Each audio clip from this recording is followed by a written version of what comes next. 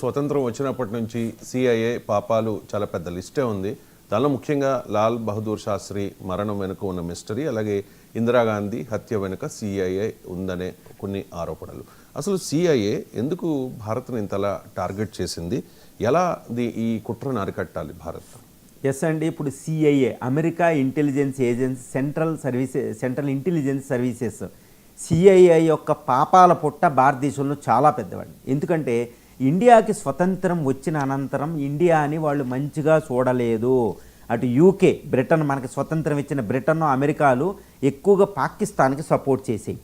పాకిస్తాన్కి మొట్టమొదటి నుంచి ఇండియాకి ఎగ్నెస్ట్గానే యునైటెడ్ స్టేట్స్ ఆఫ్ అమెరికా ఉంది. రీసెంట్గా చైనాకి ఎగ్నెస్ట్గా మనతో కోఆపరేట్ చేస్తుంది, అంతే. ఫ్రెండ్లీ ఏమీ లేదు. ఎప్పుడూ కూడా అమెరికా మనల్ని ఎప్పుడూ శత్రువుగానే చూస్తాయి. కాబట్టి ఇండియన్స్ ఎవరు కూడా అమెరికాని నమ్మరు, రష్యాని నమ్మినట్టు. మీకు అదే ఎవిడెన్స్ అండి. ఇప్పుడు సిఐఏ భారతదేశానికి స్వతంత్రం వచ్చినప్పటి నుండి సిఐఏ యొక్క కార్యాలు భారతదేశంలో చాలా భయంకరమైన పాపాలు పుట్టారన్నమాట. చాలా డేంజరస్. ప్రైమ్ మినిస్టర్ని అది సంహరించడం చేసిందనమాట. అది ఎంత ఉంటాయో చూడండి. అది 1950s మొట్టమొదటి స్వతంత్రం వచ్చిన తర్వాత కాశ్మీర్లో పాకిస్తాన్కి సపోర్టివ్గా సిఐఏ, తర్వాత M16 అని యూకేలు రంగంలో దిగాయి. అది ఒకటి. తర్వాత 1950లో మొట్టమొదటిగా చెప్పాలంటే 1959లోనే 57-59లోనే కేరళలో మొట్టమొదటి కమ్యూనిస్ట్ గవర్నమెంట్ ఎలక్ట్ అయ్యింది. మొట్టమొదటి ప్రపంచం ఈ భూమి మీదే ఒక కమ్యూనిస్టు పార్టీ బ్యాలెట్ ద్వారా ఎన్నికయ్యి ప్రజాస్వామ్యంలో ఒక అధికారంలోకి వచ్చింది కేరళలోనే.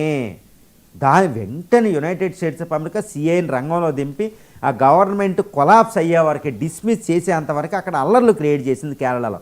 అక్కడ సిఐ ఉందని మనకు పూర్తిగా చెప్తూ ఉంటారు, చాలా వార్తలు వస్తూ ఉంటాయి అన్నమాట. తర్వాత 1960లో చూస్తే చాలా డేంజర్ అండి. నెహ్రూ, తర్వాత లాల్ బహదూర్ శాస్త్రి గారు నిర్వహిస్తున్న ఈ న్యూక్లియర్ యాక్టివిటీని ఆపడానికి ఎంతో ప్రయత్నం చేసిందంటే అదంతా అండర్ కవర్స్ పెట్టడం జరిగింది. ఇండియాని ఒక న్యూక్లియర్ పవర్ అవ్వకుండా చేయడానికి ఎన్నో ప్రయత్నాలు సిఐఏ చేసేది. అంటే పాకిస్తాన్, చైనాలు కాదండి, సిఐఏ మొత్తం చేసేది. చూసారు, ఇరాన్లో న్యూక్లియర్ రియాక్టర్ మీద ఎలా అటాక్ చేస్తో అమెరికా వెళ్ళి ఒక న్యూక్లియర్ బాంబా దేశానికి రాకూడదు, అలాగే ఇండియాని ట్రీట్ చేసింది. దానికి ముఖ్య కారణం ఏంటంటే లాల్ బహదూర్ శాస్త్రి గారు ఇటు పాకిస్తాన్ మీద యుద్ధాన్ని గెలిచి తాష్కెంట్లో జనవరి 10-11 నైటు, జనవరి తాష్కెంట్ అంటే ఉజ్బెకిస్తాన్, ప్రస్తుత ఉజ్బెకిస్తాన్ రాజధాని, అప్పుడు యుఎస్ఎస్ఆర్లో పార్టీలో అయూబ్ ఖాన్తో డీల్ చేసుకుని సీజ్ ఫైర్, రష్యా అధ్యక్షుడు, యుఎస్ఎస్ఆర్ అధ్యక్షుడు అక్కడ ఉండగా తాష్కెంట్లో నైట్ పడుకుని మరణించడం జరిగింది. అగ్రిమెంట్ తర్వాత కొన్ని గంటలకి. అది ఒక విష ప్రయోగం అని ఫ్యామిలీ మెంబర్స్ ఆరోపించడం జరిగింది. ఎందుకంటే ఆయన కలరు, బాడీ బ్లూ కలర్లోకి మారిపోవడం జరిగింది విషం ప్రయోగించినట్టు.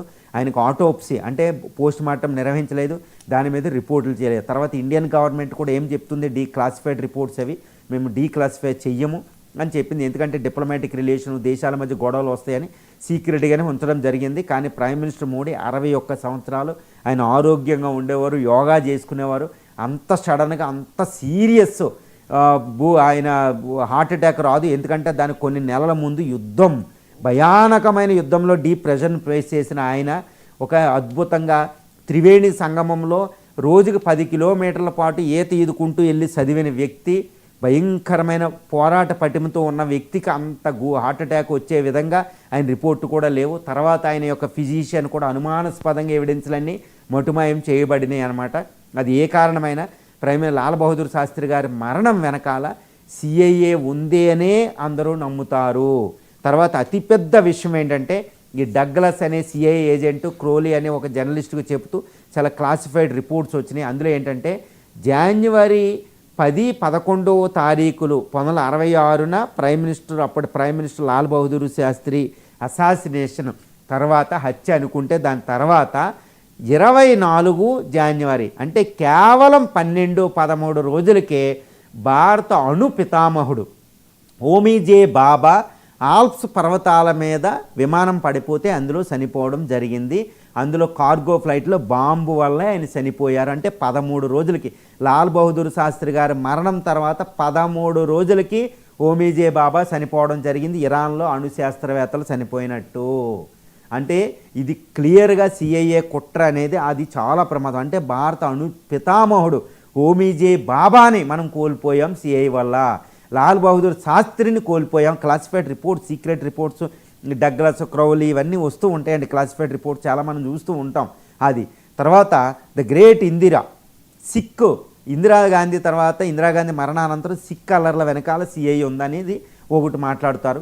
తర్వాత ఇందిరా మరణం వెనకాల కూడా సిఐఏ ఉందని, ఎందుకంటే అప్పుడు నిక్సన్ని హెన్రీ కిసింజర్ని వ్యతిరేకించి మరి ఇందిరా వచ్చేయడం జరిగింది. తర్వాత రాజీవ్ గాంధీ టైంలో ఐపీకేఎఫ్ ఫోర్సెస్ శ్రీలంక వెళ్ళినప్పుడు అక్కడ ఇండియన్ ఫోర్సెస్కి వ్యతిరేకంగా సిఐఏ పనిచేసింది. మన ఇండియా అక్కడ విపత్కర పరిస్థితిని ఎదుర్కోవడం వెనకాల సిఐఏ ఉంది అనేది మనకు తెలుస్తుంది. అందువల్లే ఎల్టీటీఈ మన ప్రైమ్ మినిస్టర్ అప్పుడు మాజీ ప్రధాని రాజీవ్ గాంధీని చంపడం జరిగింది. తర్వాత ఇండియా నార్త్ ఈస్ట్లో తీవ్రవాదులకి సహకరించడంలో సిఐఏ ఉంటుంది, అక్కడ డీస్టెబిలైజ్ చేయడంలో నార్త్ ఈస్ట్లో అనేది సిఐఏ కుట్రలు బయటపడుతుంది. తర్వాత ఇండియా చుట్టూరు పాకిస్తాన్లో, నేపాల్లో, బంగ్లాదేశ్లో, మయన్మార్లో సిఐఏ మనం డీస్టెబిలైజ్ చేస్తూ ఉంటుంది. తర్వాత చైనా ఇండియాల మధ్యలో ఎప్పుడు శత్రుత్వం ఉండేటట్టు సిఐఏ ప్రయత్నిస్తూ ఉంటుంది. రష్యా ఇండియాల మధ్య శత్రుత్వం, వాళ్ళ ఫ్రెండ్షిప్ ఎక్కువ అవ్వకుండా సిఐఏ ప్రయత్నం చేస్తూ ఉంటుంది. తర్వాత ప్రోపగండాలు ఉంటాయి, ఇవన్నీ సిఐఏ పాపాల పుట్ట అనమాట. ఈ సిఐఏని ఎప్పుడూ నమ్మడానికి ఉండదు. ఇండియా రా అనేది ఫామ్ అయిన తర్వాత దాన్ని కౌంటర్ చేస్తూ అండర్ కవర్లో జరుగుతూ ఉంటుంది అనమాట. ఐబీ రా ఇవన్నీ చేస్తూ ఉంటాయి. కాబట్టి సిఐఏ పాపాల పుట్ట విషయంలో మనం చాలా జాగ్రత్తగా ఉండాలి. మన యొక్క అత్యున్నతమైన నేతలను కాపాడుకుంటూ ఎవరైతే సిఐకి సహకరిస్తున్నారో వాళ్ళని వదలకూడదు. ఇప్పుడు చూడండి, జ్యోతి మల్హోత్రా ఆపరేషన్ సింధు టైంలో పాకిస్తాన్ ఇంటెలిజెన్స్కి ఏజెన్సీగా సహకరించింది. ఇండియాలో కూడా చాలామంది సహకరిస్తూ ఉంటారు. అందుకే ద గ్రేట్ ఇందిరా కూడా 1971 వార్ టైంలో క్యాబినెట్ మినిస్టర్కి కూడా చాలా విషయాలు చెప్పలేదు అని తెలుస్తూ ఉంటుంది. అందువల్ల ప్రైమ్ మినిస్టర్ మోడీ కూడా అన్ని విషయాలు బయట పెట్టరండి. అఫీషియల్ సీక్రెట్ యాక్ట్ ఇవన్నీ ఉంటాయి. ఒక దేశాన్ని రక్షించడం అంటే దేశాధినేతలకు ఎంతటి కష్టం అంటే it's not a simple thing అండి. మనం మాటలతో చెప్పుకోలేం. చాలా విషయాలు బయటికి తెలియదు. వాళ్ళ ప్రాణాన్ని పణంగా పెట్టి వాళ్ళ నేతలు దేశానికి సేవ చేస్తూ ఉంటారు, గుర్తుపెట్టుకోవాలి. అందుకే అందరూ అంటారు వాళ్ళకి అంతంత సెక్యూరిటీ ఏంటి, Z+ కేటగిరీ ఏంటి, వై కేటగిరీ ఏంటి. ఇప్పుడు ప్రైమ్ మినిస్టర్ మోడీ కూడా ఎంత 3 లేయర్ సెక్యూరిటీ ఉంటుంది చూసారా.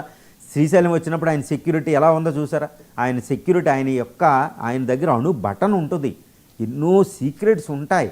వాళ్ళు దేశం ఫస్ట్ ఉంటుందండి, ఏదో రాజకీయాలు చేస్తారు అనుకోకూడదు. దేశం ఫస్ట్ ఉంటుంది. అపోజిషన్ లీడర్ ఎవరైనా కానీ ఆ నేతలను రక్షించుకోలేకపోతే మన యొక్క ఇంటెలిజెన్స్ ఏజెన్సీస్లు, సెక్యూరిటీ ఫోర్సెస్ అది చాలా ప్రమాదం. అమెరికా అధ్యక్షుళ్ళే పదవిలో కోల్పోయారు, మనం చూసుకోవాలి, కెనడీ లాంటి వాళ్ళు.